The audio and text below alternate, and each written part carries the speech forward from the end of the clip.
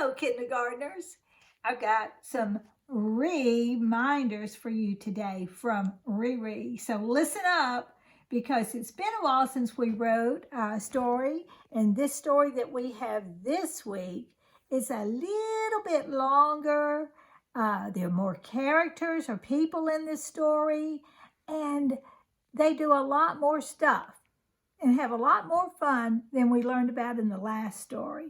So I would like to remind you that when you're reading a book that has illustrations, that you really know more about what's happening.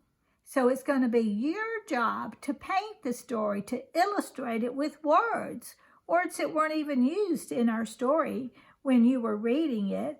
For instance, let's look at the first picture in the book, and it shows you Dad, Nan, and Bob. And we know they're going on a trip, but it doesn't say they're riding their bikes, but we know that. So that's something that you might have to tell in your own words.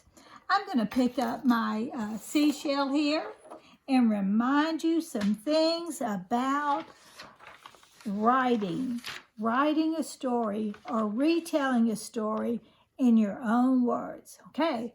Most important thing, was reading that story, reading along and going back and doing it more than one time. And then after you've done that, you might want to wait a little while. You don't have to do all of this at once, but you need to think about who the story was about. That's called the characters. So think about them. Let's see if you can name them. Dad, Bob, Nan, and then what was the name of that first man? Oh, yeah, the Rennet Man. And then they saw a Ticket Man and a Spin-a-Pan Man and, the Hot Dog Man. So those are the people you'll be talking about in your story. Okay, and then the next word is setting. I like to call that where. Where does that story take place? It doesn't say they went to the beach, but when you look at those pictures, you can see the beautiful beach they were at that day. And they couldn't wait to get there because it was so hot and a fun thing to do. And then that day at the beach, there was a little something extra. They had a fair there. Oh, wouldn't that be so much fun to go to a fair at the beach too? They got to do a lot of fun things. So what tells about those fun things that they did that day? So remember, you're going to have a beginning of your story. You're going to have a middle, and that's when you tell all the fun things. And then don't forget to tell what happened at the end and that sneaky little fella that snuck home with them, okay?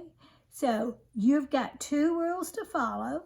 Start with an uppercase, and of course names are uppercase too, and then end with a little do ya. Okay, let's see. If I were doing it at home, I would want to find a grown-up that I could tell the story to first with my words.